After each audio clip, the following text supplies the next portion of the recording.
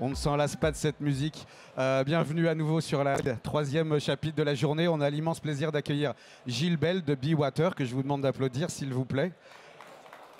Be Water, c'est mon produit dopant. C'est grâce à ça qu'on survit. On a le plaisir d'avoir la fontaine ici. Vous pouvez d'ailleurs tous vous servir les belles fontaines d'eau. Gilles, tu vas tout nous raconter. Bien sûr. Et puis à ses côtés, c'est un grand honneur d'accueillir le chef sommelier du Bristol, Baptiste Gillet Del Rio, que je vous demande d'applaudir aussi, s'il vous plaît. Messieurs, je ne vais pas beaucoup parler pendant les 30 minutes qui vont venir parce que vous avez tellement de choses à nous raconter. On va parler d'eau, on va parler de vin.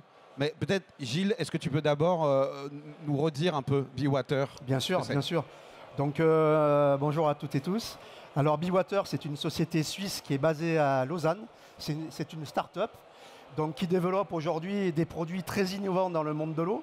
Alors, à la base, elle est spécialisée dans la filtration d'eau, puisque nous sommes présents depuis une dizaine d'années dans les pays nordiques, où là, on sait qu'on a les gens sont plus formés à tout ce qui est durabilité, à boire de l'eau, à consommer différent. Après, on s'est développé depuis 2 ans et demi, 3 ans en Suisse, et depuis 2 ans sur le marché français. Donc la philosophie de Be Water, c'est surtout, au-delà du produit, c'est travailler dans la durabilité, éliminer tout ce qui est plastique, éliminer tout ce qui est verre perdu, éviter qu'il y ait des bouteilles qui fassent des milliers de kilomètres d'un point à un autre. Donc c'est vraiment ancré dans notre ADN. Et après, donc, on a vraiment trois innovations qui sont prépondérantes. Donc la première, c'est la filtration, puisqu'aujourd'hui, donc, on va travailler sur de l'eau locale, ce qui est intéressant. Et donc, on va ultra-filtrer l'eau, c'est-à-dire qu'on va la purifier. On va la traiter pratiquement à 100% et on va garder toute sa minéralité et on va limer tout ce qui est mauvais. Donc que ce soit les kystes médicamenteux, les substances chimiques, les microplastiques, etc. Et ensuite, une fois qu'on a purifié l'eau, la philosophie de la marque, puisqu'on est vraiment très proche de la nature, c'est de se dire, voilà, nous aujourd'hui, on veut avoir une eau qui ressemble beaucoup à l'eau de source, quand l'eau jaillit de la source et qu'elle rencontre l'air. Donc on a développé 2 brevets. Le premier brevet, c'est un brevet d'oxygénation d'eau. Donc le but, c'est effectivement avec un process, une pièce qui s'appelle un vortex, c'est d'insérer de l'air dans l'eau pour libérer les molécules d'oxygène qui sont dans l'eau, pour avoir une structure d'eau qui est vraiment très douce, très soyeuse et qui va vraiment préparer la dégustation. Et ensuite, on a un deuxième brevet, c'est un brevet d'activation d'eau, où là, on va vraiment redonner tout son dynamisme à l'eau, d'accord, lui redonner vie. Puisqu'aujourd'hui, bon là, je prends l'exemple d'une bouteille minérale. Vous posez une bouteille minérale sur une table, mais finalement, l'eau, elle est depuis combien de temps dans la bouteille? On ne sait pas, ça peut être 1 an, 2 ans. Elle est en contact avec le soleil, elle est peut-être stockée dans des endroits très très chauds. Elle est morte, elle ne vit pas, d'accord? Donc nous, le but, c'est effectivement lui redonner vie pour qu'elle ait vraiment une interaction sur tout ce qu'on va manger et boire.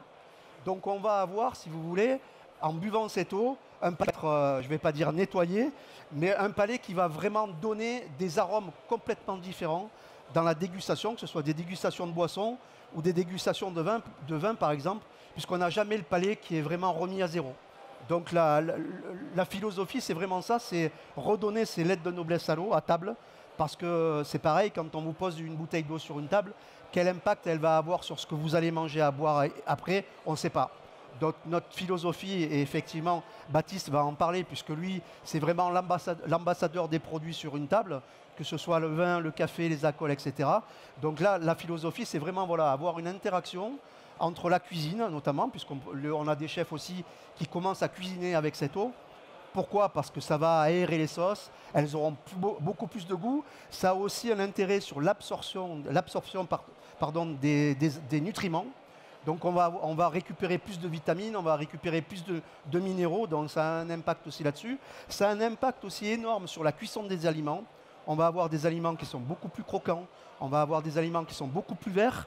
Donc en boulangerie aussi, ça fait des années que les boulangers travaillent avec de l'activation d'eau pour monter les pâtes, aérer les pâtes. Donc on a vraiment une interaction avec tout ce qui va se manger et boire à table. Voilà. Tu me rassures, on va donc pas mettre de l'eau dans le vin? On pourrait, mais il y en a déjà, donc on va éviter. Et là, je laisserai Baptiste en parler beaucoup plus. Mais voilà, la philosophie et l'ADN de la marque, c'est vraiment avoir une eau qui se rapproche le plus possible de la nature, en évitant effectivement tous les problèmes de transport. On veut vraiment arriver à ça, qui est zéro transport. Et l'exemple qui est vraiment ultime, c'est que donc au Bristol, on a une usine carrément d'embouteillage dans l'hôtel, en circuit fermé. Okay. Donc il n'y a plus de bouteilles extérieures qui rentrent dans l'hôtel. Alors quelquefois, on a un ou deux clients encore qui veut sa bouteille de Châteldon, etc. Mais le but, voilà, c'est de travailler en circuit fermé. Donc pour limiter au maximum l'empreinte carbone de l'hôtel. Et donc on produit directement dans l'hôtel et après on va abreuver entre guillemets tous les lobbies de l'hôtel, que ce soit la salle de séminaire, les 2 restaurants étoilés, les chambres, etc. On a la même chose à Saint-Jean-Cap-Ferrat dans un grand étoile de luxe, au Cheval Blanc à Saint-Tropez. C'est là, on est vraiment en circuit fermé pour qu'on n'ait plus de stock d'eau. Par exemple, on va limiter les stocks d'eau, les mouvements d'eau pour réduire au maximum l'empreinte carbone. Il y a une grande buvabilité. Enfin, vraiment, je trouve que moi, je sens la différence. Quand c'est l'eau de Be-Water, on en boit plus. Il y a vraiment ça aussi. C'est comme si le corps avait accepté mieux ou recevait mieux. Je suis tout à fait d'accord avec ça, absolument. On a une eau qui hydrate beaucoup plus. On a fait aussi des tests sur des animaux, donc sur des chiens, par exemple. Et entre des eaux minérales, des eaux du robinet, et l'animal va toujours sur l'eau activée et oxygénée. Pourquoi? Parce qu'elle est totalement neutre et surtout elle n'a pas de goût et pas d'odeur. Voilà, donc c'est aussi des tests qu'on a fait. Et donc c'est ce que je disais tout à l'heure, au niveau de l'absorption des nutriments, on a beaucoup plus de plaisir à boire cette eau. Et puis quand on la déguste aussi avec la carafe, on a une eau qui est vraiment très épaisse. Nous on dit que c'est une eau qui se mâche. Pourquoi? Parce qu'elle va coller au palais et donc c'est ce qui fait qu'effectivement après quand on va manger ou boire quelque chose, on a l'impression que les arômes sont beaucoup plus présents, il y a plus de longueur en bouche, etc. Mais ça, Baptiste va en parler mieux que moi. Oui, c'est ça, c'est vraiment intéressant, Baptiste, vers la dégustation de vin, d'avoir cette eau qui... Alors, c'est intéressant déjà au niveau des aliments. Même, tu parlais au niveau de l'hydratation. Moi, je me surprends à boire beaucoup plus d'eau depuis que j'en bois, en fait. Parce que l'eau du robinet alors elle est très bonne parce que voilà, les autorités publiques font que, mais en termes de texture, comme Gilles parlait, on a une sensation beaucoup plus crémeuse et ça donne encore plus soif, on a envie d'en boire.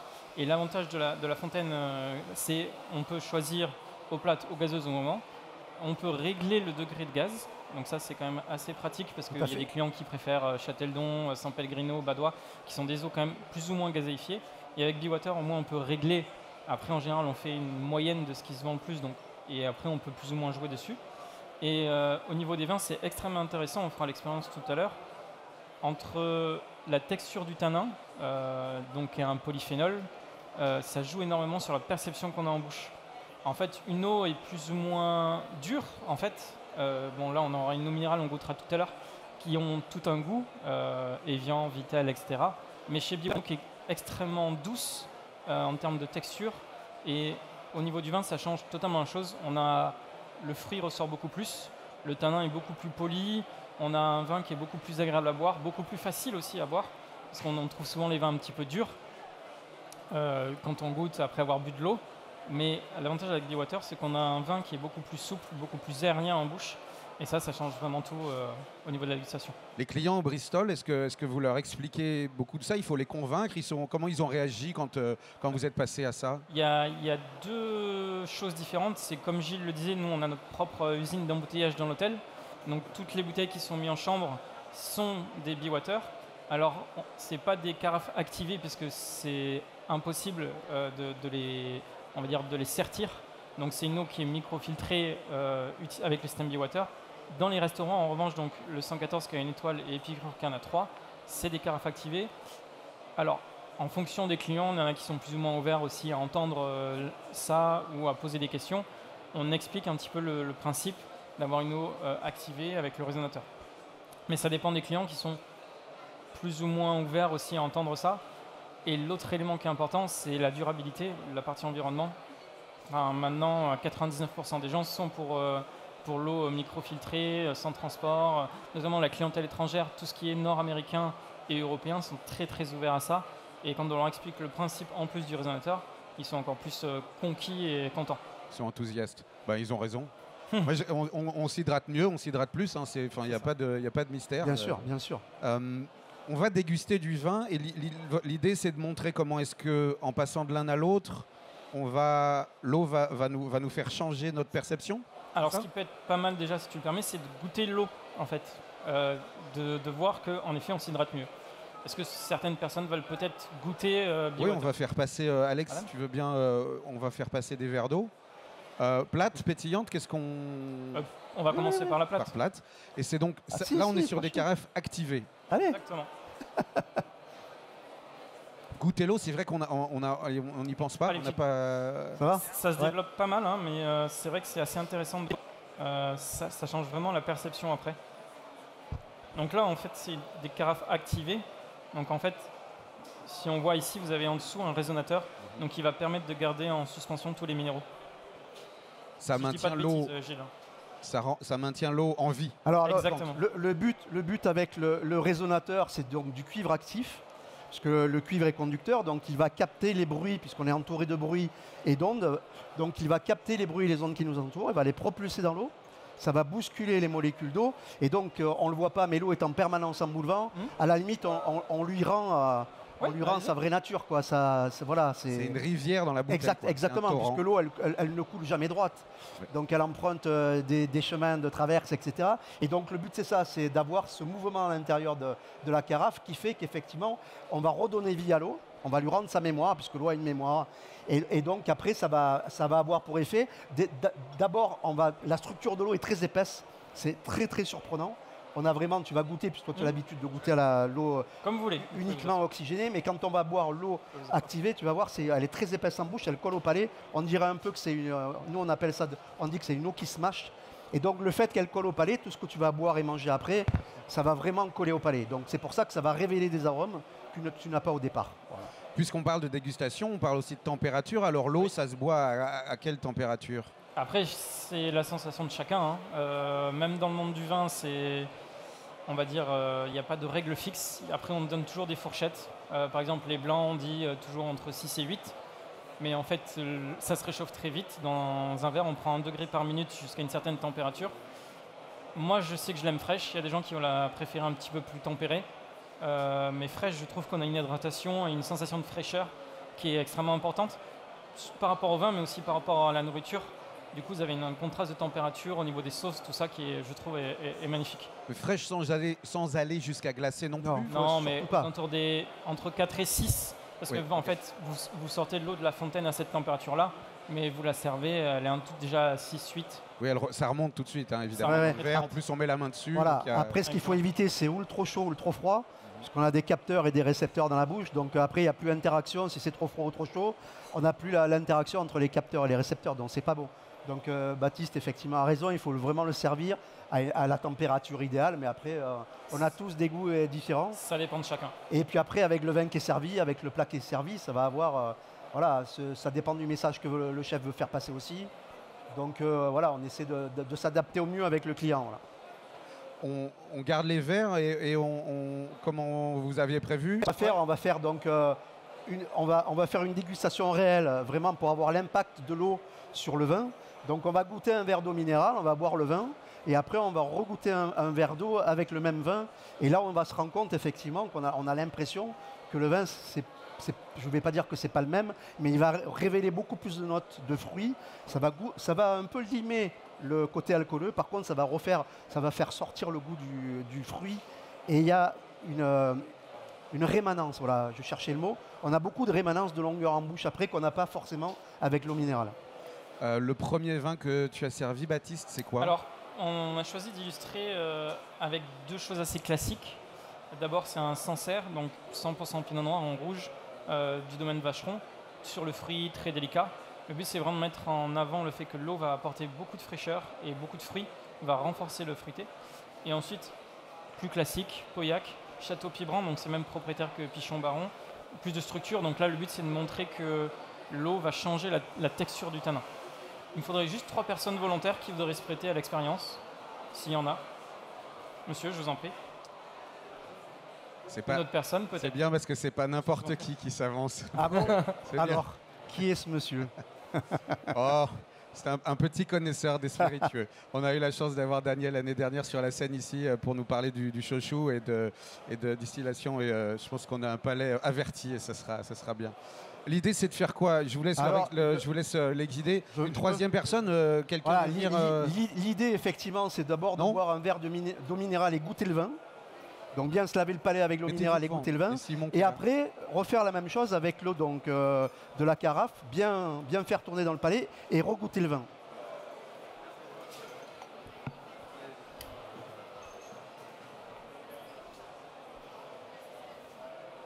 Donc là, c'est eau plate. Ça, oui, eau plate. Ouais. Et après, on va passer au... Donc là, allez-y. Il y a un crachoir, si vous voulez. Ce qu'on va faire, on va enlever il est bon, il est très bon, vous pouvez le boire. Hein.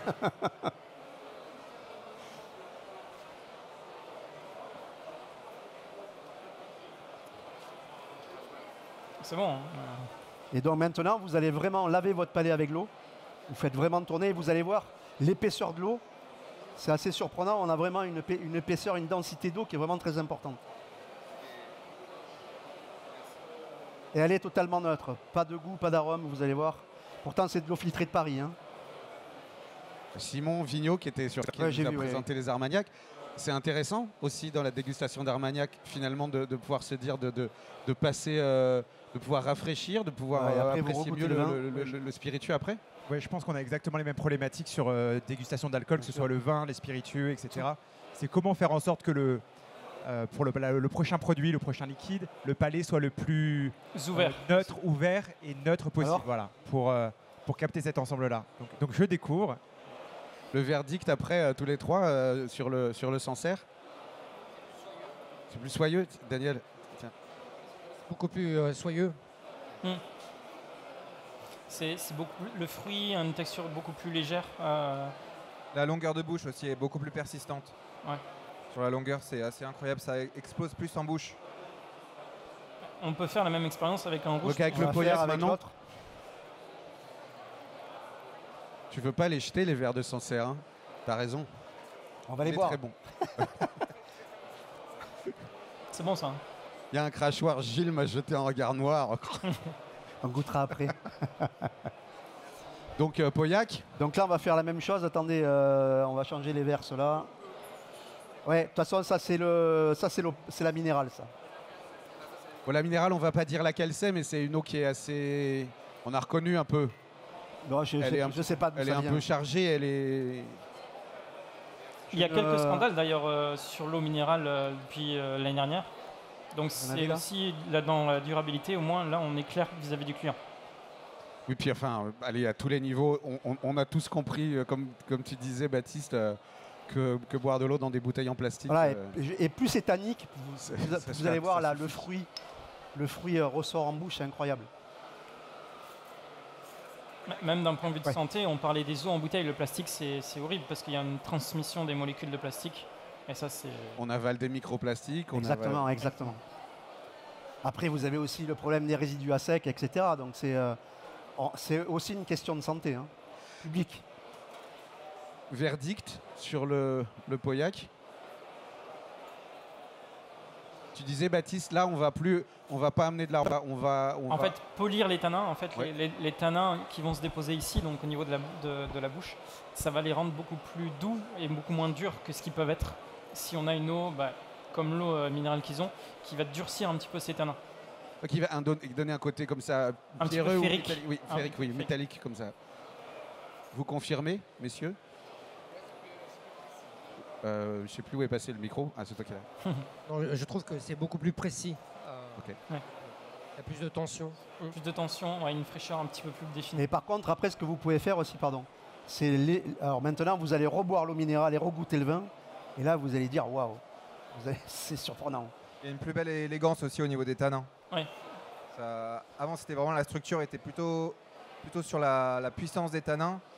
Et quand on goûte l'eau Be-Water en carafe, il y a une élégance qui vient sur la fin de bouche et qui est hyper intéressante. Est-ce que là, on est sur des vins rouges, on va avoir la même chose avec des blancs ou avec des bulles? On va l'avoir, mais dans une perception différente. Parce que l'avantage des rouges, c'est qu'on parle beaucoup de fruits et de tanins. Mais dans les blancs, on va parler de texture, notamment de gras ou d'acidité. Dans les blancs, on va beaucoup plus ressentir. Et en champagne, on va avoir une acidité qui va être moins marquée. Et du coup, on va plus parler des arômes de minéral. Parce que le champagne, c'est sur de la craie. Donc, on va vraiment cet effet crayeux en bouche qui est extrêmement intéressant. Et surtout, on va adoucir la bulle qui est parfois un petit peu vive sur les eaux dures. C'est bien, oui. Votre Merci, avis, alors, merci à vous. On va vous laisser vous rasseoir, messieurs. Merci beaucoup d'être venus. Clément, je te rends le micro. D'être venu. Voilà, et, pardon, tu disais... et après, bien entendu, on peut faire aussi le test avec des agrumes. Moi, la première fois que je l'ai fait, c'est avec du citron. Donc c'est aussi incroyable parce que l'acidité, elle explose vraiment dans le nez. On a l'impression qu'on ne mange pas le même citron, quoi. Donc ça va vraiment avoir un impact sur le palais qui est assez incroyable. Je veux bien revenir un tout petit peu sur ce que tu disais avec le lien avec la cuisine et la sommellerie. C'est pas que le vin, c'est pas ça aussi. C'est quelque chose que les clients entendent, que l'eau qu'ils vont boire va en fait elle aussi accompagner le plat, qu'il y a une forme d'accord finalement. Finalement, oui. Surtout nous, on a un nouveau chef, donc Arnaud Faye, qui est une cuisine beaucoup plus sur le végétal. Et du coup, ça joue énormément du client, mais c'est vrai que c'est extrêmement intéressant d'en parler avec les clients qui n'ont pas du tout la même sensation, ou même les sauces qui sont très concentrées. On va avoir une sauce qui paraît beaucoup plus douce, moins riche, mais beaucoup plus définie. Et l'eau, en termes d'accord, on a des gens qui ne boivent pas de vin chez nous aussi. L'eau joue énormément sur ça. Ça leur permet, on se voit déjà, moi je me rends compte, je sers beaucoup plus d'eau depuis qu'on utilise BeWater. Parce que les gens en boivent plus. On parlait tout à l'heure d'hydratation, ils en boivent beaucoup plus facilement. Ça va aussi bien... Allez, ça a l'air comme ça que c'était un sport, mais en fait, évidemment, les papilles, le corps, il a besoin d'eau. Et donc, quand on boit bien pendant le repas, on va aussi apprécier les choses différemment. On va digérer mieux aussi. On va digérer mieux aussi. Ça aide énormément sur la digestion. Gilles parlait du pain tout à l'heure. Nous, on fait notre propre pain. Et c'est vrai que ça joue aussi. Tout élément en fait, qu'on ingère, élément liquide ou solide, joue sur la digestion. Et l'eau est l'élément principal. Enfin, notre corps est composé principalement d'eau. Et avec BeWater, je trouve qu'il y a une différence qui est marquante. Oui, l'importance quand on va dans un restaurant, c'est d'être surpris finalement. Quand on va dans un restaurant 2 étoiles, 3 étoiles, ce qu'il faut, c'est surprendre le client finalement. Et avec l'eau, on le surprend vraiment parce que c'est la base de tout, l'eau. On est constitué d'eau, l'eau c'est la vie, et c'est un enjeu majeur aussi dans l'avenir. Donc proposer quelque chose autour de l'eau, au client, c'est bénéfique aussi à la fois pour le client, mais aussi pour le restaurateur qui fait aussi passer un message en disant voilà, nous maintenant on fait attention à l'eau, on fait attention à l'avenir, on va faire attention à nos enfants. Donc voilà, la planète sera toujours là après nous, mais aujourd'hui on doit être aussi respectueux de la planète et mettre en place des choses qui feront le bienfait de la planète et aussi pour l'avenir de nos enfants. Donc à notre petite échelle, bien sûr. C'est gagnant à tous les niveaux. Est-ce que ça veut dire qu'au Bristol, par exemple, vous utilisez aussi l'eau BeWater pour les infusions, pour les cafés, pour les thés? Pas encore, mais on va travailler dessus. Ok. Mais c'est une application possible ou... Ah bien sûr, ça s'applique. Okay. Ça a beaucoup d'influence. Moi, je viens du monde du café. Ça a beaucoup d'influence sur le café. Au niveau des arômes, moi, là, je vais te donner un exemple. J'ai fait une dégustation récemment avec donc, le torréfacteur d'Alain Ducasse. Et dans le café, on fait des dégustations à froid quand on goûte le café. Et il m'a dit, j'ai découvert des arômes que je ne connaissais pas. Parce que dans le café, il y a plus de 1600 arômes. Donc, tu vois, la palette, elle est large. Donc l'eau va ouvrir, le fait d'ouvrir les papilles gustatives, ça fait effectivement découvrir des arômes qu'on ne connaît pas. C'est pareil dans le thé, et c'est pareil pour tout. Donc l'influence de l'eau de toute façon, sur tout ce qui se mange et tout ce qui se boit, elle est énorme. Voilà. Donc c'est vraiment un enjeu capital aujourd'hui. Et nous, on est très heureux justement de travailler avec des sommeliers comme Baptiste qui nous font avancer aussi parce qu'eux nous aident aussi à parler du produit, c'est ce qu'on a fait d'ailleurs ensemble sur des termes aussi, sur les mots qu'on emploie, puisqu'on n'emploie pas forcément les bons non plus.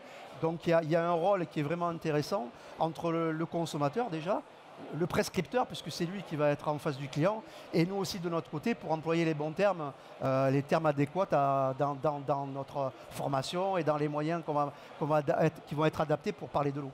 C'est d'autant plus important qu'on voit aussi que les clients boivent un peu moins. Un peu mieux peut-être? Ils boivent moins mais mieux. Voilà. Et d'ouvrir ce paysage du liquide, y compris à l'eau, c'est aussi important. C'est très important parce que on a des gens qui sont de plus en plus éclairés, amateurs et éclairés, et de leur montrer qu'on peut encore aller plus loin, c'est ça qui fait aussi un peu la magie de notre métier. Parce que vendre une bouteille de Pauillac, des grands vins de Bordeaux ou des grands vins de Bourgogne, entre guillemets, tout le monde est capable de le faire. En revanche, parler de ce qu'il y a derrière, que ce soit l'eau, le vin, le vignoble, tout, ça, ça vient avec l'expérience. Et je pense que là, on a quelque chose qui vraiment est différenciant par rapport à d'autres. Je crois qu'on a. Enfin, c'était une démonstration par l'exemple qui se. C'est le mieux. No comment. Le mieux, c'est de goûter, hein, toujours. Merci à vous d'avoir pris le temps de nous faire partager Merci tout à ça toi, et Théo. de nous avoir tous convaincus. On peut applaudir, s'il vous plaît, Gilles Bell Merci. et Baptiste Del Rio. Merci beaucoup d'être venus ici. On va se retrouver dans 5 minutes avec un, si tu me permets de le dire comme ça, un autre grand sommelier, Jean-Baptiste Klein du Chambard. Ah. Il va venir nous parler des vins d'Alsace. Il est là-bas. Voilà, il est là-bas. Et c'est avec beaucoup d'honneur et de joie qu'on va le recevoir. 2 grands sommeliers le même jour comme ça. Youpi. Merci, on les applaudit encore une fois et on se donne rendez-vous dans 5 minutes. Merci. Merci beaucoup, messieurs. Merci.